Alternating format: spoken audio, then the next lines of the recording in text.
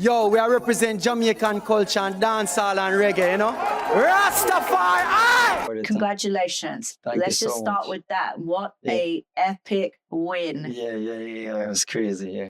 And it's not just winning, I know, for you as an artist, as a person, but the entire culture. Yeah, man. You know, I just want to say big up. I loved your speech, and the album is fire. Yeah, man. No pun intended. Yeah, I know. I shouldn't give up my day job. Watch out, Boomshots. You tell him so there's a make the weight and murmur now. So this one is a short shot. It can't stop. Boomshots! Boomshots. You were not expecting that, I don't think. Not at all, you know. Again, big up to all the nominees. As you were saying, it was a big win for the culture. This was the first time in a long while where there's a full Jamaican alumni. Louda, Jesse Ryle, Mortimer, and the Great Vibes Cartel. These are people where you can sit down in a halfway tree or in a poppy or, you know what I mean, or in a little jam sessions, and you'd see these people on the road, including myself, you know. So it was kind of like profound, kind of seeing everybody there, you know what I mean? But, and just to seeing the growth of the movement of the next generation of expanding the culture and thing. And yeah, man, and even Vibes Cartel representing dancehall on the global stage and thing. It was crazy, but again, you know, it wasn't something I was expecting. You know, I feel like everybody in that category was backed by like a massive, machine, you know. So we were the only ones with a little grassroots team. So, hey, listen, you know, we had all about Goliath and his sling, you know, and sometimes it be like that. And when it is, I think that's what's the Jamaican, the sweeter, when you win the war, when it's like you get it, like the hotter the battle. The sweeter the victory, the hotter the battle, the sweeter. And it was hot. Yeah. Because the truth is, I think it was, of course, Cartel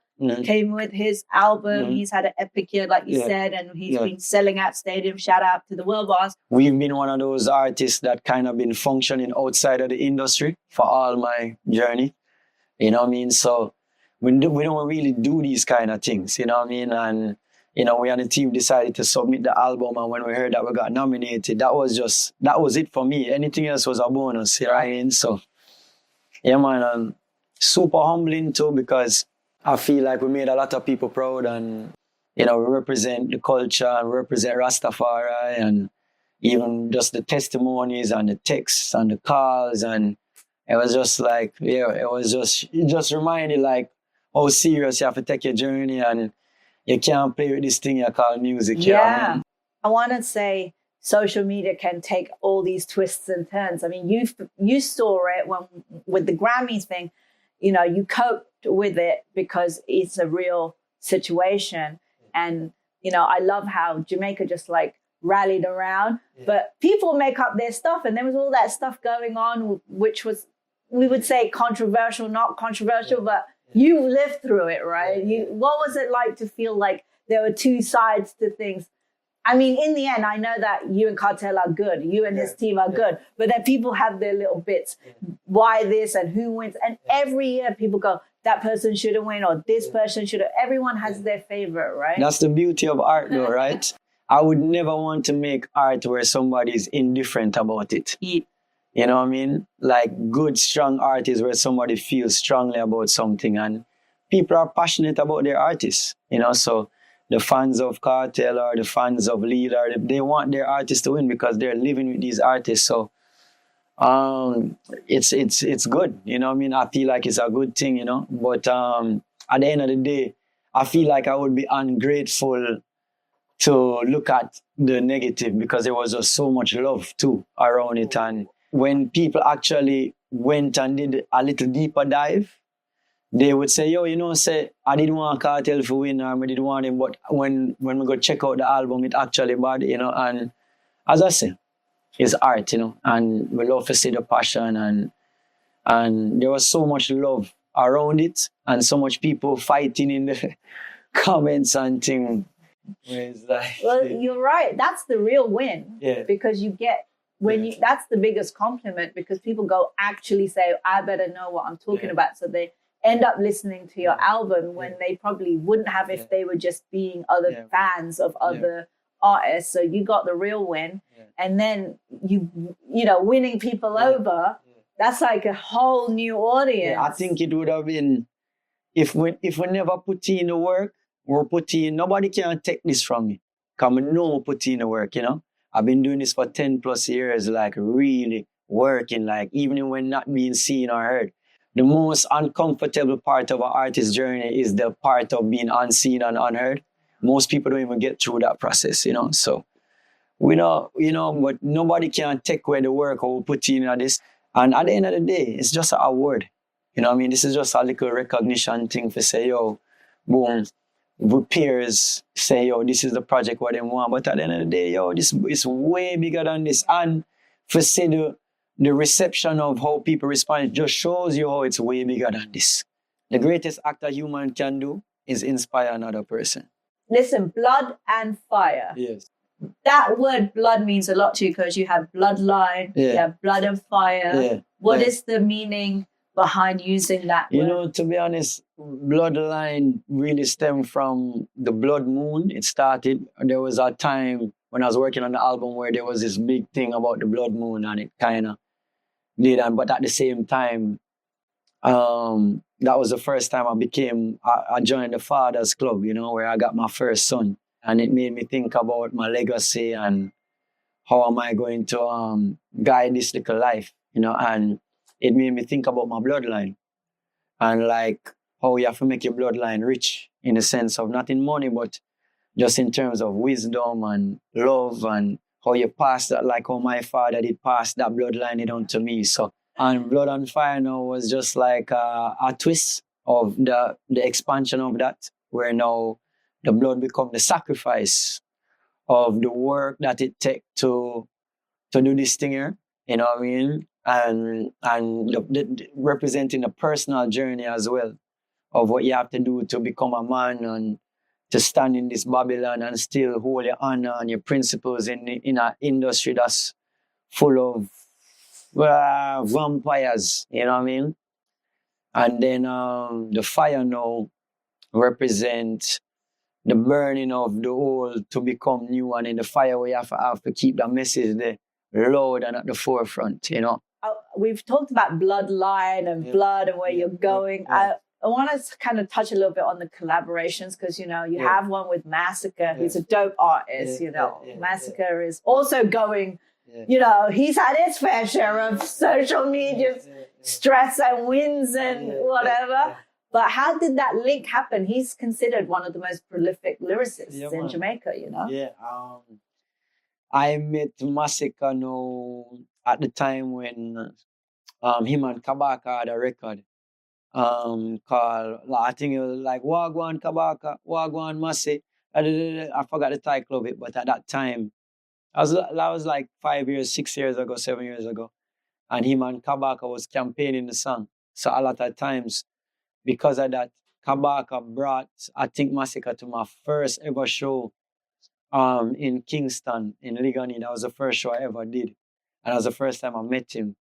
And, you know, obviously, baddest lyricist, you know. And, you know, to me, my bars for lyricism is like super high, like when it grading based on cadence, rhyme scheme, flow, singing on key, just like how you grade, you know. And Masicka is definitely, of our generation, a very prolific dancehall artist where I feel like his music is bigger than just entertainment. I feel like it's very inspiring and he does a very good job at telling the story of our youth and making it still cool and fun for a little young youth for do it, but it still have a meaning behind it where it's not just entertainment. You know, so I really appreciate that, and that's why we kind of reached out. He actually DM'd me and reached out to me to work on 438. Nice.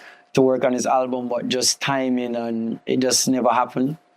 They will always show respect online and stuff. And then at the time, Vass, who is on Major 7, they were working on a production with him. And then they FaceTime me, and then we got back in contact again, and they were in Miami, and we just sent him the tune.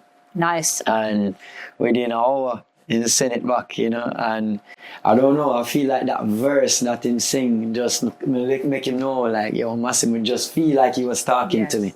Feels like what I was going through at the time, like, you know, them try to count me out, count my blessings, and just the way he was just phrasing the lyrics, it felt like what I was going through, you know.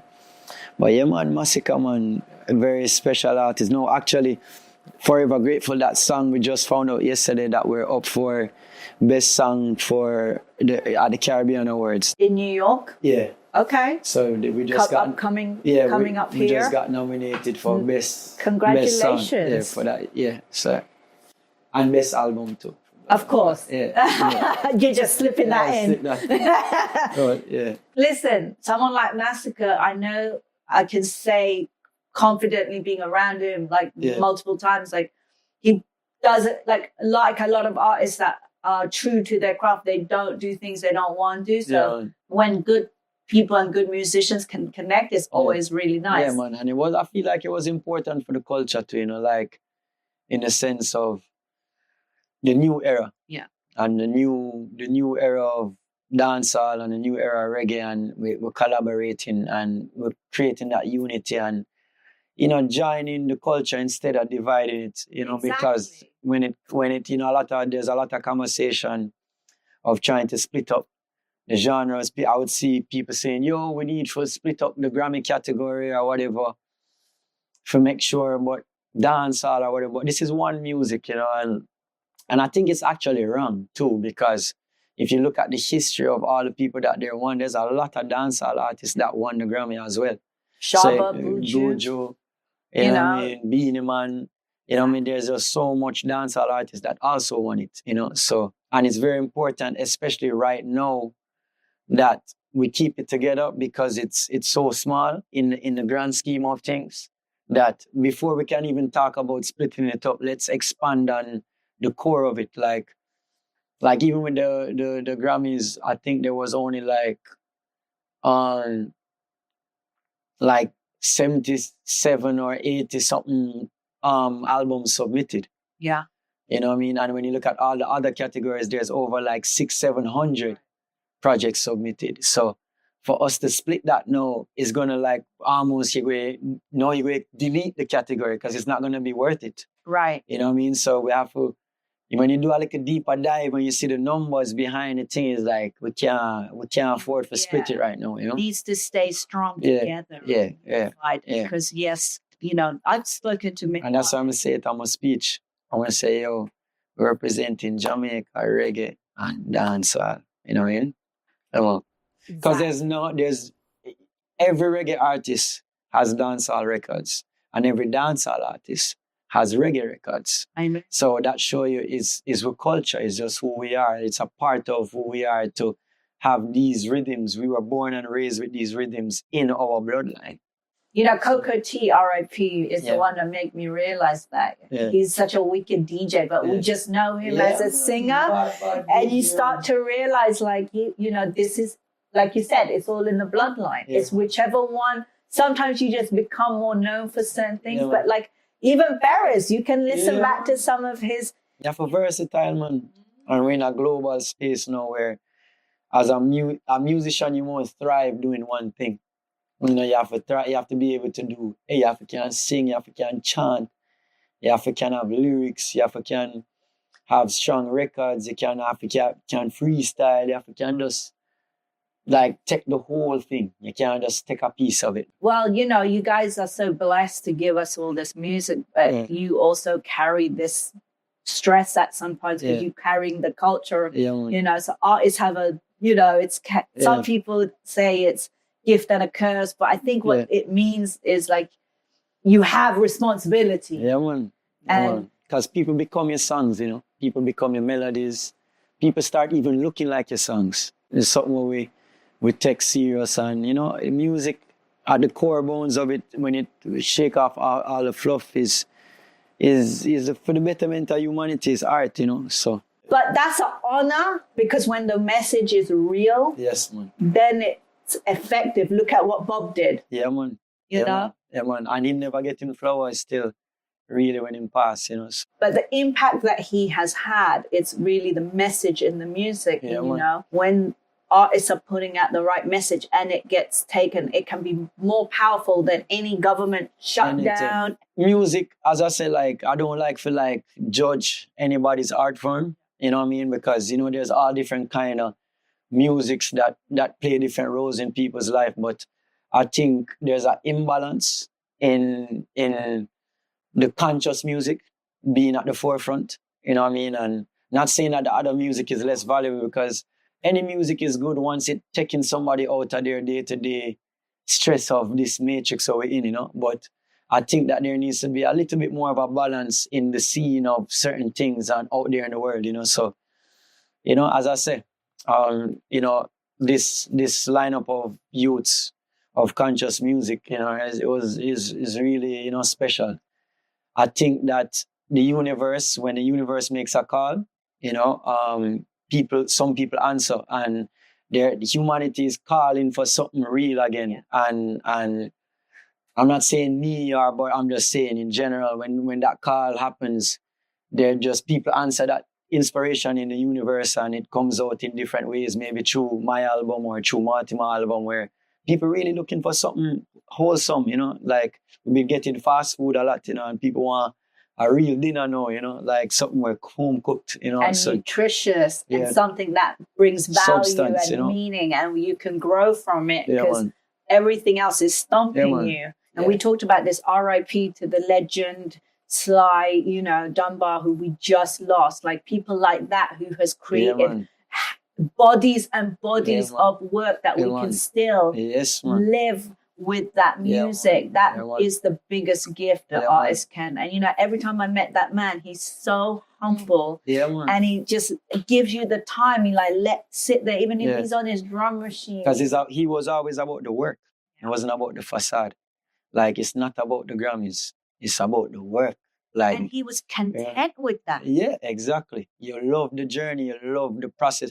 If you're thinking about the facade or the vanity part of it, you won't be able to do it, because the work is too hard, you know. So it would bury you. It would be like a job now, and it's just not going to be worth it. And after a while, you just go phase out, you know. Yeah, you're in it for the career, not the job, right? Yeah, not even the career. The career, for the life of it is a lifestyle. You know, like this music thing was a hobby for me first. Then it become a passion. Then it become a career. And then it graduated to a lifestyle now. You know, we're bigger than a career, where you start to realize, Ross, this is not even about money no more. Or this is really the testimonies that we get on a daily basis is just like, you almost feel afraid. You know what I mean? Because it's like, this is crazy that people actually, you know, responding to something where you're making a one little small room like this, you know? I'm curious, what testimony you like? What? Just like the people's testimonies about, like, you know, as deep as people on the verge of committing suicide, and them listening to your music, and it take them away from that meditation and bring them into more a positive light. So, like, as far as that, we have a song called Serious Times that's talking about the pandemic, or a song called Identity Crisis. This generation we're so glued to the screens, all for the views, all for the likes, and it's far from the truth, addicted to the feed, like crack for the fiends, lost in the memes, times like this, it's all for the fame and the glamorous. Identity crisis. Then we all smile for the cameras. Identity crisis. We have parents coming to us, telling us about this music, how it really helped them for kind of like navigate their child, and they're using the music to connect with their children. There's just so much things what this music do, where it's just like, when we say testimonies, you know, that's what we really mean.